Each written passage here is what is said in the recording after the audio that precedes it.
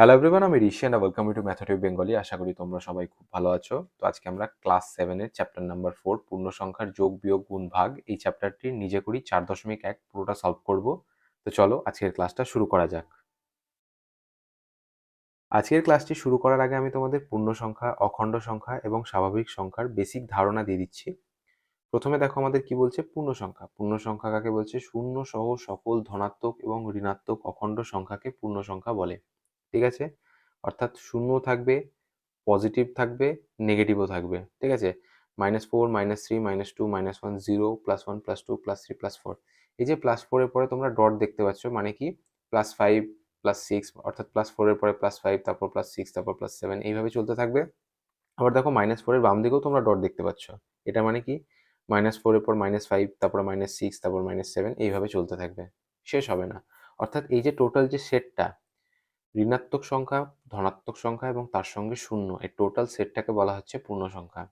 ঠিক আছে, এরপরে নেক্সট আমাদের কি আছে দেখো, অখণ্ড সংখ্যা। অখণ্ড সংখ্যা কাকে বলছে? শূন্য সহ স্বাভাবিক সংখ্যাগুলিকে অখণ্ড সংখ্যা বলা হয়। যেমন 0, 1, 2, 3, 4, 5, ... 6, 7, 8, 9, শেষ হবে না, চলতেই থাকবে। ঠিক আছে, অর্থাৎ শূন্য এবং তার সঙ্গে যে ধনাত্মক অখণ্ড সংখ্যাগুলো ছিল সেগুলোর সেটকে বলছে অখণ্ড সংখ্যা। ঠিক আছে, এরপর নেক্সট স্বাভাবিক সংখ্যা। এবার কি বলছে? শূন্য থেকে বড় সকল ধনাত্মক অখণ্ড সংখ্যাকে স্বাভাবিক সংখ্যা বলা হয়। অর্থাৎ এই যে অখণ্ড সংখ্যার সেট থেকে যদি আমরা জিরোটা বাদ দিয়ে দিই না, তাহলে যেটুকু পড়ে থাকবে 1, 2, 3, 4, 5, 6, 7, 8 ... এই সেটটাকে বলছে স্বাভাবিক সংখ্যা।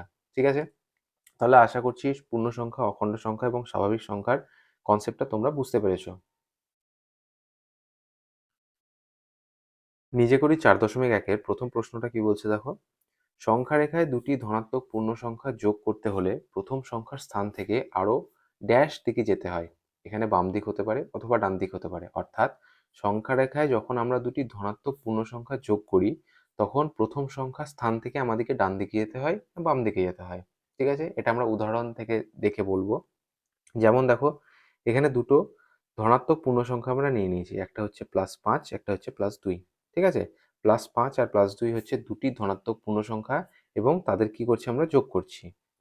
ঠিক আছে, তাহলে আমরা যদি ব্র্যাকেটটা তুলে দিই তাহলে +5টা তো +5ই থাকবে, আর এখানে দেখো প্লাসে প্লাসে +2। ঠিক আছে, এবার আমরা কি করব? এই +5 আর +2কে এই সংখ্যা রেখার সাহায্যে যোগ করব। স্টার্ট করব আমরা কোথা থেকে? শূন্য থেকে।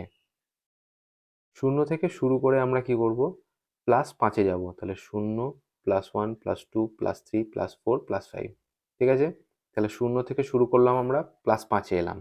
তাহলে +5 লিখবো এখানে। এরপর কি আছে দেখো, +2 আছে। ঠিক আছে, তাহলে এবার এই যে +2টা আমাদেরকে আর 0 থেকে যেতে হবে না। এবার আমরা যেখানেই যাই না কেন, +2 হোক -2 হোক, সেটা আমরা এই +5 থেকে যাব। তার কারণ কি? আমরা শূন্য থেকে শুরু করেছি, +5-এ এসেছি, এরপরে যেখানেই যেতে হবে আমাদেরকে এই +5 থেকে যেতে হবে। আছে কত? +2। তাহলে প্লাস যখন আছে তার মানে কি আমাদেরকে আরো ডান দিকে যেতে হবে। তাহলে +5 থেকে +2 মানে আরো 2 ঘর ডান দিকে যেতে হবে। ঠিক আছে, তাহলে +2 করে আমরা কোথায় পৌঁছালাম আলটিমেটলি? +7-এ। ঠিক আছে, তাহলে +5 আর +2 করলে যে +7 হয় সেটা আমরা সবাই জানি।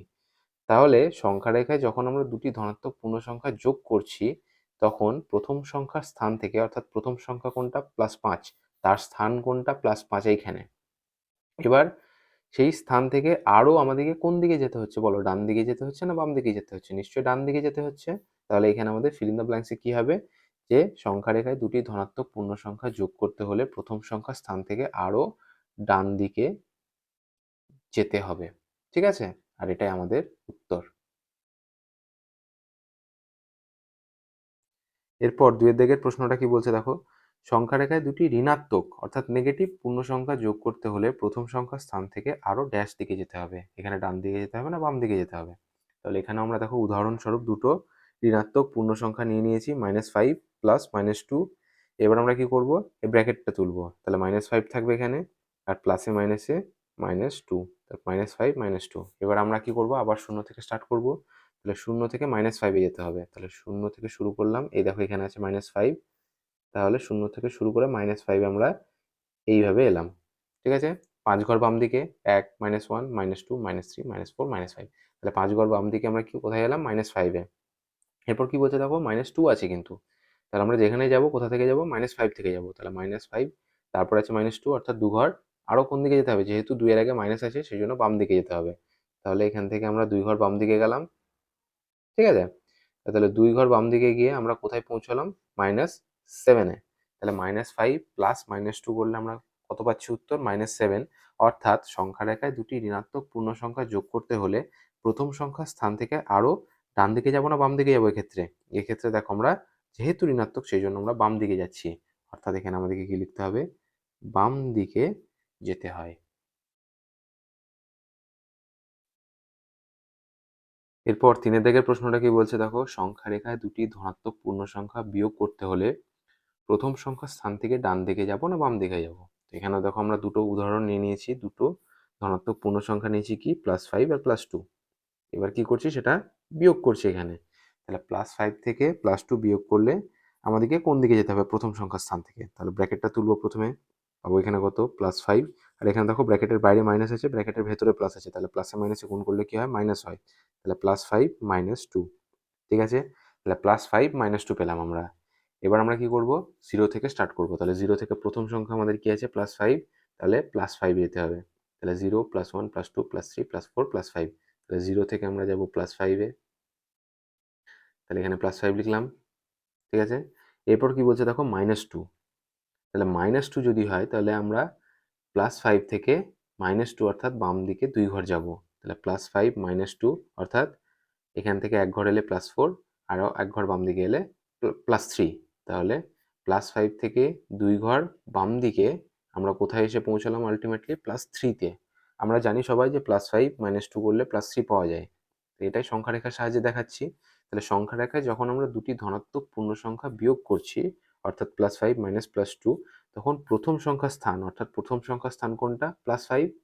এবার প্রথম সংখ্যার স্থান থেকে আমাদেরকে কোন দিকে যেতে হবে, তাহলে কোন দিকে যাচ্ছি আমরা, এখানে +5 থেকে +3 তে যেতে গেলে বাম দিকে যাচ্ছি। তাহলে এখানেও আমাদেরকে বাম দিকে যেতে হবে, ঠিক আছে? আর এটাই হয়ে যাবে আমাদের উত্তর। এরপর 4 দাগের প্রশ্নটা কি বলছে, সংখ্যা রেখায় দুটি ঋণাত্মক পূর্ণ সংখ্যা বিয়োগ করতে হলে প্রথম সংখ্যার স্থান থেকে ড্যাশ দিকে অর্থাৎ ডান দিকে না বাম দিকে যেতে হবে? তো এখানেও দেখো আমরা দুটি ঋণাত্মক পূর্ণ সংখ্যা নিয়ে নিয়েছি, কি করে নিয়েছি, -5 আর -2, -5 -2। এবার সেটা কি করছি, আমরা বিয়োগ করছি এখানে, ঠিক আছে? তাহলে প্রথমে আমরা কি করবো, ব্র্যাকেটটা তুলবো। তাহলে -5 হবে। দেখো এখানে ব্র্যাকেটের বাইরে মাইনাস আছে, ব্র্যাকেটের ভেতরেও মাইনাস আছে। তাহলে মাইনাস মাইনাস গুণ করলে কি হবে, প্লাস হয়ে যাবে। তাহলে -5 +2। এবার আমরা শুরু করব 0 থেকে। তাহলে 0 থেকে -5 এ যাবো। তাহলে এখানে দেখো -5। তাহলে 0 থেকে 5 ঘর বাম দিকে যেতে হবে আমাদেরকে। তাহলে -5 এ আমরা কোথায় গেলাম, -5 ঘর বাম দিকে। এদিকে আমরা -5 এ এলাম, ঠিক আছে? 0 থেকে 5 ঘর বাম দিকে আমরা -5 এ এলাম। এরপর কি বলছে দেখো, +2। অর্থাৎ আমাদেরকে কি করতে হবে, এই -5 থেকে কোন দিকে যেতে হবে, যেহেতু 2 এর আগে প্লাস আছে সেই জন্য আমাদেরকে ডান দিকে যেতে হবে। তাহলে +2 করে আমরা কোথায় পৌঁছলাম, -3 তে, ঠিক আছে? তাহলে +2 করে আমরা কোথায় পৌঁছালাম, -3 তে। -5 +2 -3 হয়, সেটা আমরা সবাই জানি। তো এটাই আমরা কিসের মাধ্যমে দেখালাম, সংখ্যা রেখার মাধ্যমে দেখালাম।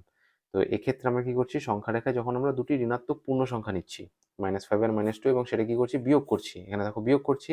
তাহলে বিয়োগ করতে হলে প্রথম সংখ্যার স্থান থেকে, অর্থাৎ প্রথম সংখ্যা কোনটা, -5।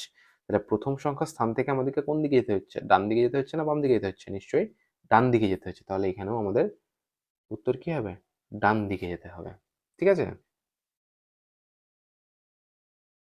এরপর 2 দাগের প্রশ্নটা কি বলছে দেখো, নিচের ছক পূরণ করি। এখানে লেখা আছে পূর্ণ সংখ্যা, আরেক দিকে লেখা আছে বিপরীত পূর্ণ সংখ্যা। অর্থাৎ বাম দিকের যে স্তম্ভ সেখানে আমাদেরকে পূর্ণ সংখ্যা দেওয়া আছে কিছু, আর ডান দিকের স্তম্ভে আমাদেরকে তারই বিপরীত পূর্ণ সংখ্যা আমাদেরকে লিখতে হবে। তো প্রথম পূর্ণ সংখ্যা আমাদের কি আছে, +5। শুধু 5 মানে +5, ঠিক আছে? শুধু 5 বা শুধু যখন কোনো সংখ্যা থাকবে তখন আমরা সেটাকে প্লাস ধরে নেব। তাহলে শুধু 5 মানে +5, তাহলে +5 এর বিপরীত পূর্ণ সংখ্যা কি হবে, -5। এরপর নেক্সট শুধু 2, অর্থাৎ +2। তাহলে +2 এর বিপরীত পূর্ণ সংখ্যা -2। তারপরে আছে -6। তাহলে -6 এর বিপরীত পূর্ণ সংখ্যা কি হবে, +6। শুধু 6 আমরা লিখতে পারি, এখানে অসুবিধা নেই, আমি +6 লিখছি। এরপর দেখো শুধু 6 আছে, তার মানে কি এটা +6। +6 এর বিপরীত পূর্ণ সংখ্যা কি হবে, -6। আর সব থেকে শেষে পূর্ণ সংখ্যা আমাদের কি আছে, 11 বা 11। তাহলে এটা শুধু 11 আছে, তার মানে +11। তাহলে এর বিপরীত পূর্ণ সংখ্যা কি হবে, -11, ঠিক আছে? তাহলে আমাদের দেখো 2 এর দাগের ছকটাও পূরণ হয়ে গেল। আর এইভাবে আমরা নিজে করি 4.1 কমপ্লিট করলাম। ক্লাস 7 এর নিজে করি 4.1 এখানেই শেষ হলো। যদি তোমাদের ক্লাসটা ভালো লেগেছে প্লিজ লাইক করো, নিজের বন্ধুদের সঙ্গে শেয়ার করো আর অবশ্যই সাবস্ক্রাইব করো। Thank you.